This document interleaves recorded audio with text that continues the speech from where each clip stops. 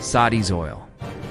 From sand to kingdom, the year is 1932, and there is a man named Abdulaziz. He has big dreams of unifying the warring tribes of the Arabian Peninsula into one nation, which everyone around him thinks is impossible. But he has even bigger dreams of finding oil in the desert, which everyone around him thinks is insane. Against all odds, he pulls it off. In fact, his hunch about oil turns out to be correct, and it makes him and his country richer than anyone thought possible. In this video, we'll find out how he did it, why it matters, and what it means for the country today. First up, let's talk about how Saudis got so rich. Abdulaziz found oil in the desert because he was willing to go against the grain. And the second that happened, it changed everything. The discovery of oil transformed Saudi Arabia into the country we know today.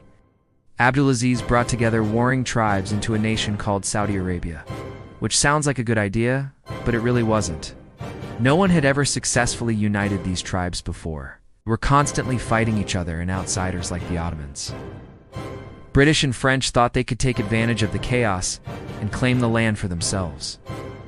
But Abdulaziz didn't just dream big, he dared to do what no one thought possible. He led raids, made deals, and fought battles to unite the tribes, and declared himself king of the newly created nation of Saudi Arabia. And then he set his sights on an even bigger prize, oil. At the time, no one believed that there was any oil in Saudi Arabia.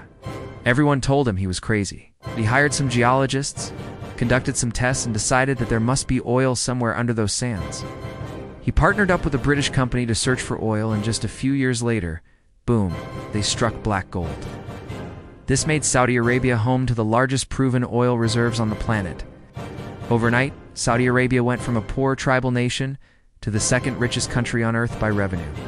If that's not a Cinderella story, I don't know what is. So now, you know how they got rich? But why does it matter? Why should you care? Well, there are two reasons.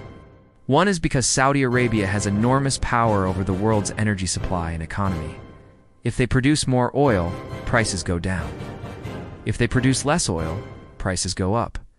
They also wield that power in pretty unpredictable ways.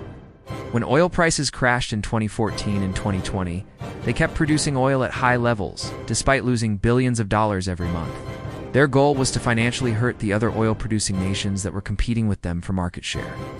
While their own people suffered through recession, inflation, and unemployment, they managed to force Russia and the United States to cut back production, and they came out on top when prices eventually increased again. But the second reason why it matters is because Saudi Arabia shows us how quickly prosperity can turn into penury. It's a warning sign for every nation sitting on lots of non-renewable resources like oil. For Saudi Arabia, there are two key threats that could cause their empire to collapse. The first threat is peak oil. Basically, the theory that the world has already passed the point where oil production will ever hit previous highs again. This doesn't mean that the world will run out of oil. There's still lots left in the ground. But it does mean that demand will always outstrip supply, and prices will tend to trend upward. This is bad news for Saudi Arabia, since they rely on selling lots of oil to fund their government. The second threat is extreme volatility. Since the 1970s, the oil markets have gone from stable and predictable to volatile and wild. So if you're going to base your entire country's economy on something, it should probably be something a little less volatile than oil. Right after the invention of the airplane, Saudi Arabia started building palaces. They built enormous palaces made of marble, gold, and glass in the middle of the desert. These palaces show us that Saudi Arabia knows how to spend money. The question is, can they keep spending money like this forever? And the answer is no, they can't. We can see how well Saudi Arabia's oil wealth has treated them by looking at how they treat their citizens. They give them free education, free healthcare, subsidized housing, and practically no taxes. The government literally hands out free money to its citizens. It's the ultimate safety net. That sounds great, right? Well, it is great. But that's only possible if you have endless amounts of money. Saudi Arabia isn't sitting on endless amounts of money. In 2016, they spent more than $100 billion, dollars more than they earned in revenue. Since then, they've cut back on spending, but it hasn't been enough. And that's why in 2018 they did something no one thought possible. For the first time ever, Saudis had to pay a 5% value-added tax on goods and services. This might not sound like a lot, but in a country that was built on giving its citizens stuff for free, this was huge. It's proof that Saudi Arabia's wealth isn't infinite. In fact, it's starting to shrink. So that brings us to our next big question. What does this mean for Saudi Arabia's future? Is it doomed to fail? Well, maybe. But I think it can avoid disaster if it follows 3 key lessons from its past. Lesson No. 1. Don't ignore what seems obvious. Abdulaziz knew that uniting the tribes would make the whole region more stable and predictable. That meant fewer outside powers meddling in the affairs of Saudi Arabia and allowed him to focus on growing the country instead of fighting to survive. Ignoring the obvious is a trap that smart people fall into all the time.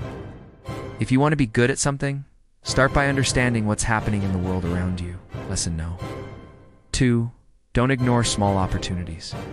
At first glance, finding oil in the desert seemed totally crazy. Everyone told him it couldn't be done, but Abdulaziz saw an opportunity where everyone else saw only sand. To uncover hidden opportunities, you need to look at things from different perspectives, think creatively, and challenge conventional wisdom. Lesson No. 3.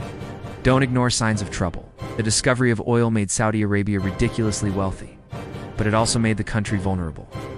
If oil prices drop, or if they hit peak oil, Saudi Arabia's wealth will dry up pretty quickly. That's why Saudi Arabia needs to diversify its income sources and invest in new industries. And this isn't unique to Saudi Arabia.